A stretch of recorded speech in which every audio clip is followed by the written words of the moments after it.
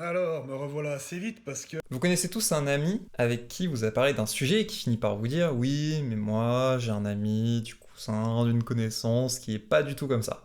Rien du tout. Tu la fermes. Tu fous la merde. Tu fous la merde.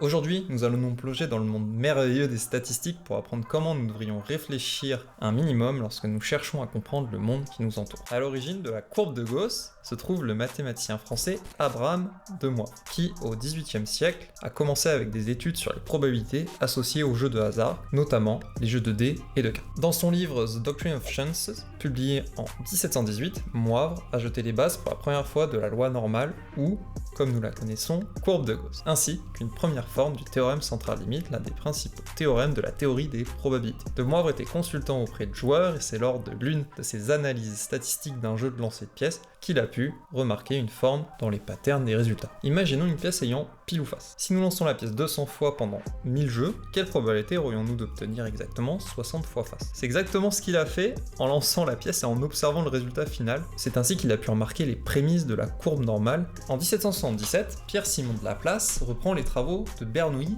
et de Moivre et généralise leur théorème limite. Il obtient alors la même loi normale, mais en tant qu'approximation de la loi binomiale. Et en 1781, Laplace donne une première table de cette loi. L'importance de la courbe normale provient principalement du fait que les distributions de nombreux phénomènes naturels sont au moins approximativement normalement distribuées. Indépendamment, les mathématiciens Legendre en 1805 et Gauss en 1809 ont développé la méthode des moindres carrés qui implique l'utilisation de la distribution normale dans l'estimation approchée des erreurs. Gauss prétendra l'antériorité de cette découverte, ce qui provoquera une petite dispute entre les deux personnes. Au final, c'est le nom de ce dernier que l'histoire retiendra. Bref, visualisons maintenant cette courbe si reconnaissable. Elle a une forme symétrique et s'étend dans les deux sens.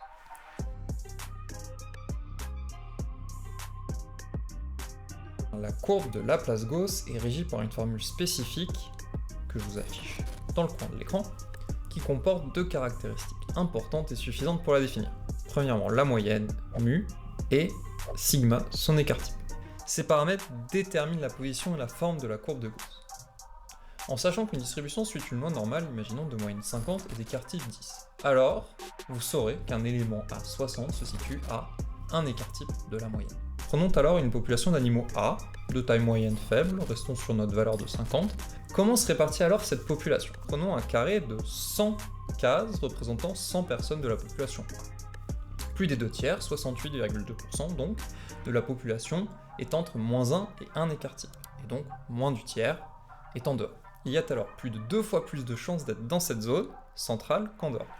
Seulement une chance sur 50 d'être à 2 écarts types, une chance sur 1000 d'être à 3 écarts types, et seulement une chance sur 31 000 d'être à 4 écarts types.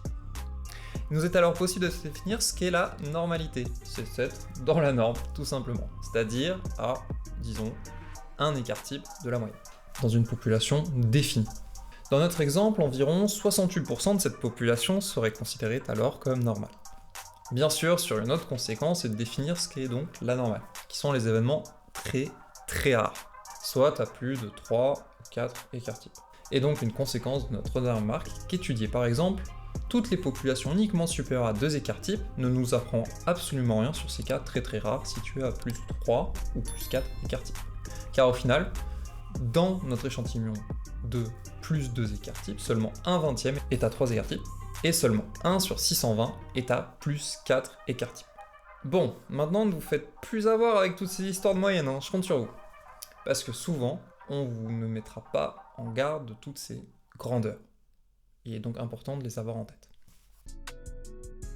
C'est sympa d'étudier une population, mais c'est toujours mieux d'en étudier plusieurs, voire de pouvoir les comparer et observer leur diversité.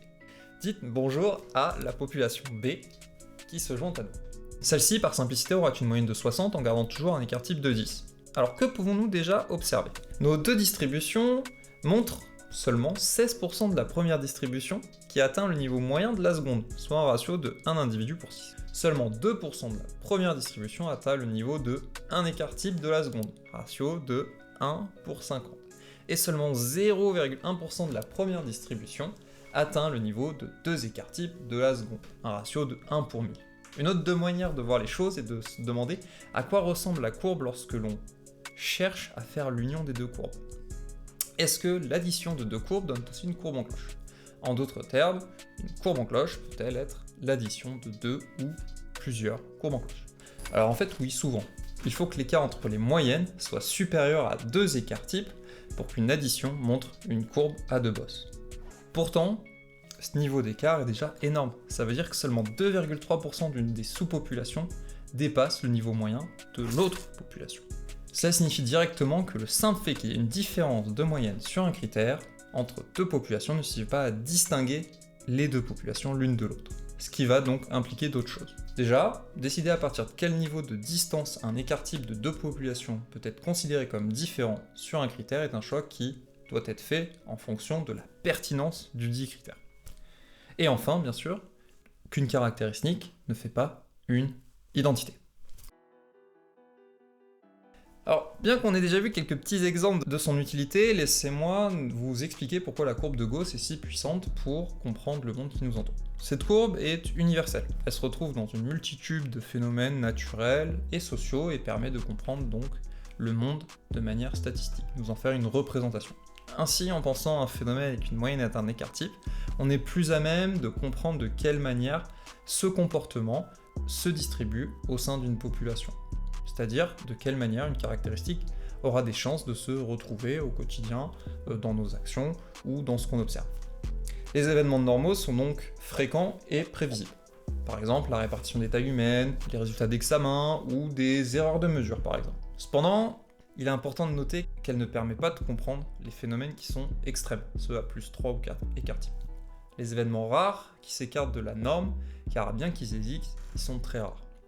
C'est le fameux « je connais l'ami d'un ami » qui ne rentre pas dans la case. Ces événements sont représentés par les extrémités de la courbe de Gauss, où la probabilité où les observés sont donc les plus rares, mais ils ne sont pas inexistants, ce sont simplement des événements exceptionnels. Un exemple amusant par exemple est celui des rayons de supermarché. Les magasins aiment garder les produits populaires ensemble et juste devant notre visage, où ils vont savoir que ça maximise leur vente.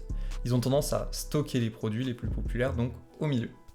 Et on peut voir par ce principe à l'œuvre, par exemple quand il y a eu une grande vente ou une situation un peu exceptionnelle d'urgence.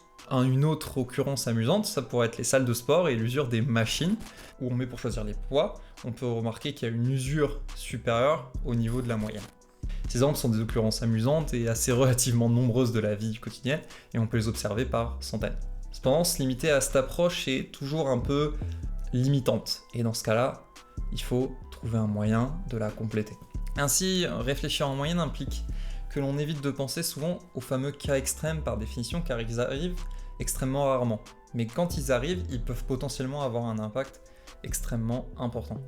C'est là où la courbe de Gauss a du mal à se défendre. Prenons un homme comme Bill Gates, bien qu'il représente un élément rare, c'est-à-dire appartenant à notre fameuse queue de courbe de Gauss, son argent, sa notoriété, son entreprise ont un impact beaucoup plus important sur la réalité que n'importe quel individu moyen. Même chose pour un homme comme Elon Musk.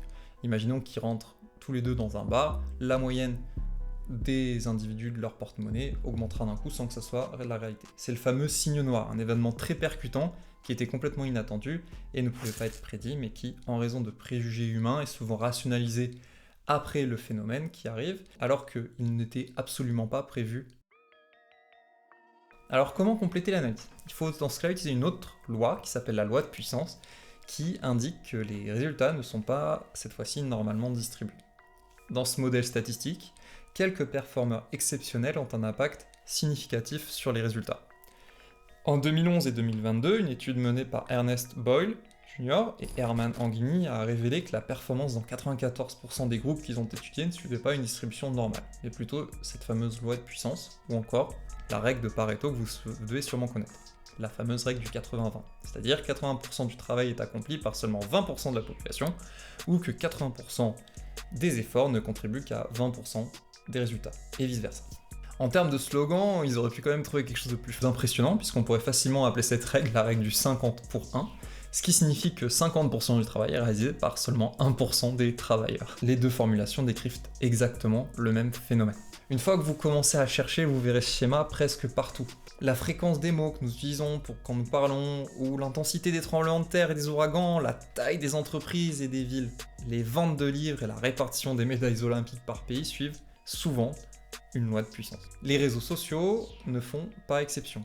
Dans une étude américaine, on avait pu montrer que seulement 25% des utilisateurs les plus actifs de Twitter représentaient 97% des tweets, ou devrais-je dire maintenant X. Par exemple, la Covid-19 s'était propagée dans 2 États indiens pour 60% des nouvelles infections causées uniquement par 10% des personnes porteuses de la maladie. Quelques super propagateurs, tandis que 71% des personnes n'ont infecté personne. Voir le monde avec une gaussienne commence par se concentrer sur l'ordinaire, puis traite des exceptions ou des valeurs aberrantes comme des auxiliaires. A l'inverse, la courbe de Puisante met l'accent sur ces cas très rares. Les deux outils sont finalement complémentaires.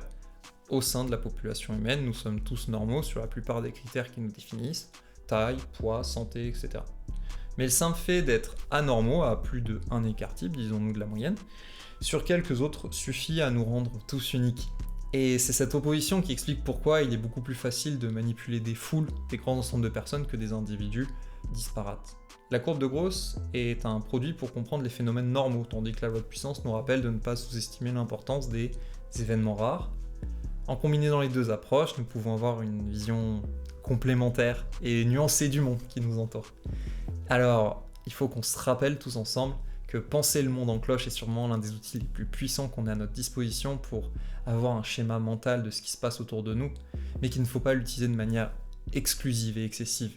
Et il restera toujours quelque chose d'important à découvrir dans nos cas extrêmes, et il faudra souvent s'y attarder. Alors, soyez ouverts aux surprises qui peuvent changer notre perception du monde. À bientôt!